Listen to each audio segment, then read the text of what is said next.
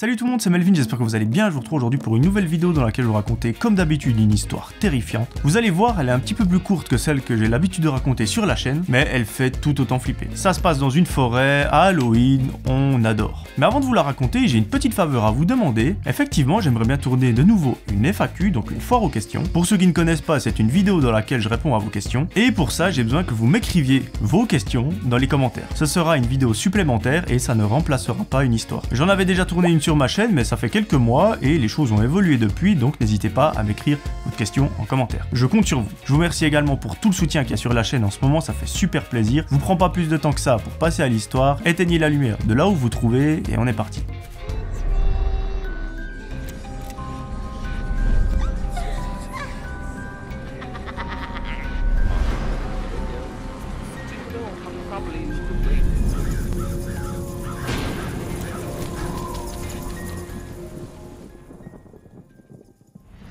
Aujourd'hui, mes amis, c'est l'histoire de Jonas. À l'époque des faits, Jonas a 24 ans, il est en dernière année d'études en économie. Tout ça s'est passé en Suisse et il nous raconte que dans sa classe, il y a une super ambiance. Il y a une telle ambiance que parfois, ça leur arrive de faire des soirées ensemble, carrément des week-ends. Et il nous raconte que lui, il adore ça. C'est vraiment quelqu'un qui a besoin d'un contact très proche avec ses potes. Il a toujours besoin d'être entouré de quelqu'un et par conséquent, avoir une classe comme ça, c'est parfait. Cette année, il s'agit de leur dernière année d'études ensemble et ils ont envie de marquer le coup afin de garder le plus de souvenirs possible. Un jour, pendant un cours de maths, ça les intéresse pas plus que ça, ils décident de discuter d'un projet. Chaque année, à Halloween, généralement, ils passent la soirée ensemble, ils font une petite fête chez l'un des membres du groupe et c'est vachement cool. Mais cette fois-ci, ils ont envie de marquer le coup un peu différemment et de faire quelque chose de plus sensationnel. Effectivement, dans un appartement, il peut pas se passer des choses très glauques, alors que dans une forêt, par exemple, il peut s'en passer. C'est pourquoi notre groupe d'amis décide que cette année, à Halloween, ils vont organiser un cache-cache géant dans une forêt. Ça tombe bien, pas loin de chez eux, il y en a une qui fait vraiment flipper, ils sont déjà allés se promener plusieurs fois la nuit là-bas, et c'est l'endroit idéal pour un cache-cache. Pour ça, ils décident que chaque personne du groupe va contacter ses propres amis. C'est bien beau de faire un cache-cache à 5 personnes, mais si on est 30, c'est encore mieux. Pendant plusieurs semaines, cette soirée s'organise et de plus en plus de personnes rejoignent le projet. Une semaine avant Halloween, ils sont 40 inscrits pour le cache-cache, et ça va juste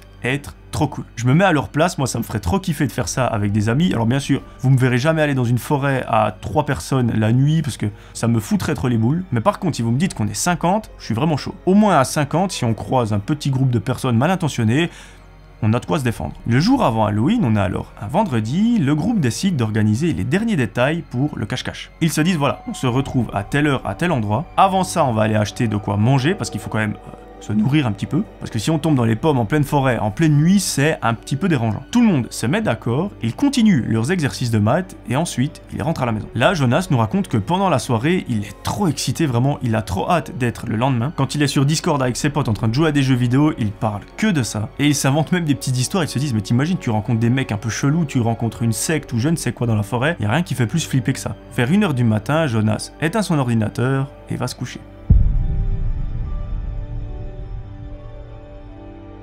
Le lendemain matin, à 10h, Jonas se réveille, il prend son petit déjeuner, part en direction de l'arrêt de bus et rejoint son meilleur ami au centre commercial. Là-bas, leur mission, c'est d'acheter la nourriture pour l'ensemble du groupe, parce qu'avant, ils ont prévu de faire une petite grillade dans la forêt. Alors, une petite grillade dans une forêt en octobre, c'est pas la chose qui me serait venue à l'idée, mais pourquoi pas. Ils font le plein de nourriture, reprennent la voiture et se rendent chez Jonas. Là-bas, ils passent l'après-midi ensemble, ils jouent à des jeux vidéo et vers 18h, ils se mettent en route. Ils arrivent au point de rendez-vous qui se situe au bord de la forêt et les membres qui participent à cette soirée commencent à arriver. Une fois que tout le monde est là, le groupe fixe quelques règles, ils disent voilà, on est quand même dans une forêt le soir d'Halloween, on ne sait pas ce qui peut se passer, on va mettre quelques règles. La principale, c'est que si il se passe la moindre chose, on hurle. On est 40 personnes, si une personne crie, on se regroupe tous vers elle et on regarde ce qui se passe. Généralement, dans les autres histoires que je vous raconte, les personnes sont 2 ou 3 maximum, donc s'ils voient quelqu'un, ils se barrent en courant. Là, ils sont 40, s'il y a une personne qui leur veut du mal, ils ont de quoi se défendre. Le petit groupe se met en marche et ils entrent dans la forêt. Directement, l'ambiance est super glauque, enfin je vous laisse imaginer une forêt la nuit à Halloween avec tous les bruits etc, ça doit juste être magique et terrifiant à la fois. Surtout si on est avec des potes, c'est vraiment trop drôle. Au bout de 10 petites minutes de marche, ils arrivent à un endroit qui est vachement sympa pour faire le cache-cache. Ils s'arrêtent et désignent les personnes qui vont compter. Vu qu'ils sont 40, s'il y en a une seule qui s'occupe de compter, le cache-cache n'est pas prêt de finir. Il désigne donc les 5 personnes qui vont s'en occuper, et une fois que cela est fait, tout le monde va se cacher. Jonas dit à ses 2 meilleurs potes, venez on va se cacher au même endroit, parce que se cacher seul c'est un petit peu chiant, mais là on va vraiment rigoler. Au bout d'une petite minute à courir dans la forêt, il découvre une sorte de grotte. Celle-ci est assez petite. Jonas dit à ses 2 potes, vous vous mettez dans l'arbre qui est juste devant, et moi je reste à l'entrée de la grotte, je vais pas aller dedans parce que sinon le gars qui compte il va en avoir pour des plombes, mais au moins on est caché au même endroit et ça va juste être trop marrant. Ils se mettent en place et entendent les personnes qui s'occupent de compter dire on arrive. Pendant plusieurs minutes, absolument rien ne se passe, il n'y a aucun bruit dans la forêt, quand tout à coup, Jonas entend des bruits derrière lui. Sauf que souvenez-vous, derrière lui, c'est l'entrée de la grotte. Là, Jonas n'est pas bien, il dit à ses potes, les mecs, je crois que j'ai entendu quelque chose, derrière moi il y a une grotte, il fait absolument tout nu à l'intérieur, on voit que dalle, et j'ai entendu quelque chose craquer. Alors, c'est soit un ours qui va me courir dessus et qui va me fumer, soit on ne sait pas ce que c'est. Ses potes, ils en ont absolument rien à secouer, et ils disent à Jonas, tais-toi, ils vont nous trouver. Notre ami Jonas s'exécute, il ferme sa bouche et continue de se cacher. Mais une dizaine de secondes plus tard, les personnes qui sont cachées avec Jonas l'entendent hurler. Ils se retournent et voient que Jonas a une main sur la bouche et qu'il est tiré vers l'arrière. Là, ses potes ont eu le réflexe qui a peut-être même probablement sauvé la vie à Jonas. Ils se sont mis à hurler de toute leur force. Souvenez-vous, c'était la règle qui a été fixée au début de la partie, si quelque chose se passe mal, vous hurlez. Les 2 potes se donnent à cœur joie, ils hurlent de toute leur force et commencent directement à se diriger vers Jonas. Lui, il est toujours entraîné à l'arrière, donc dans la grotte, et là, les 2 potes se rendent compte directement qu'il s'agit d'un homme qui est en train de le tirer vers l'arrière. Il n'hésite pas une seule seconde, il lui fonce dessus et commence à le rouer de coups. Petit à petit, les membres du groupe commencent à arriver vers la grotte, et alors là, c'est le Royal Rumble entre les personnes qui essayent d'extirper Jonas de cette situation, les personnes qui poussent cet individu par terre pour l'en empêcher, tout le monde s'en mêle et la situation est assez vite résolue.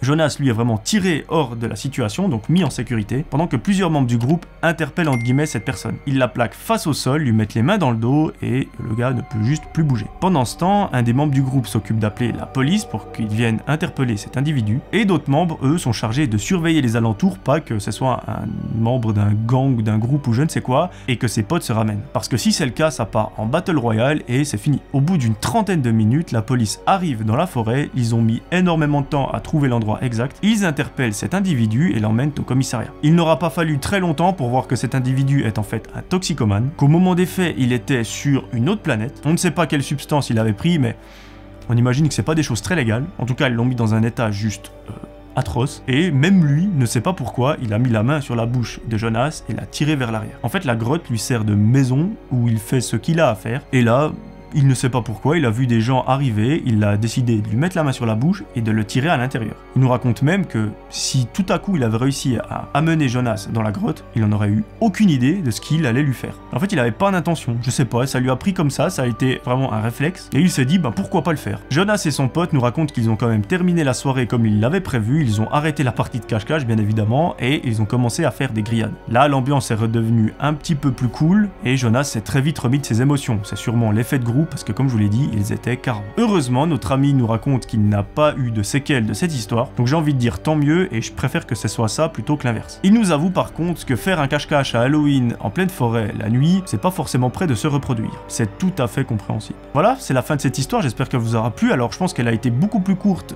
que les autres histoires que j'ai racontées sur la chaîne, mais moi elle me faisait vraiment kiffer et je voulais vous la raconter. Voilà, je crois que je vous ai tout dit, en tout cas ça fait du bien de vous parler un petit peu, j'espère que ça vous aura plu. Si c'est le cas, mettez votre plus beau pouce bleu, ça m'aide énormément à référencer la vidéo. Partagez-la à vos potes, allez-y sans modération. N'oubliez pas de me poser vos questions en commentaire, j'y répondrai avec grand plaisir en vidéo. Moi je vous promets de vous retrouver très vite pour une nouvelle vidéo, d'ici là j'aimerais que vous preniez soin de vous, c'était Melvin, ciao tout le monde.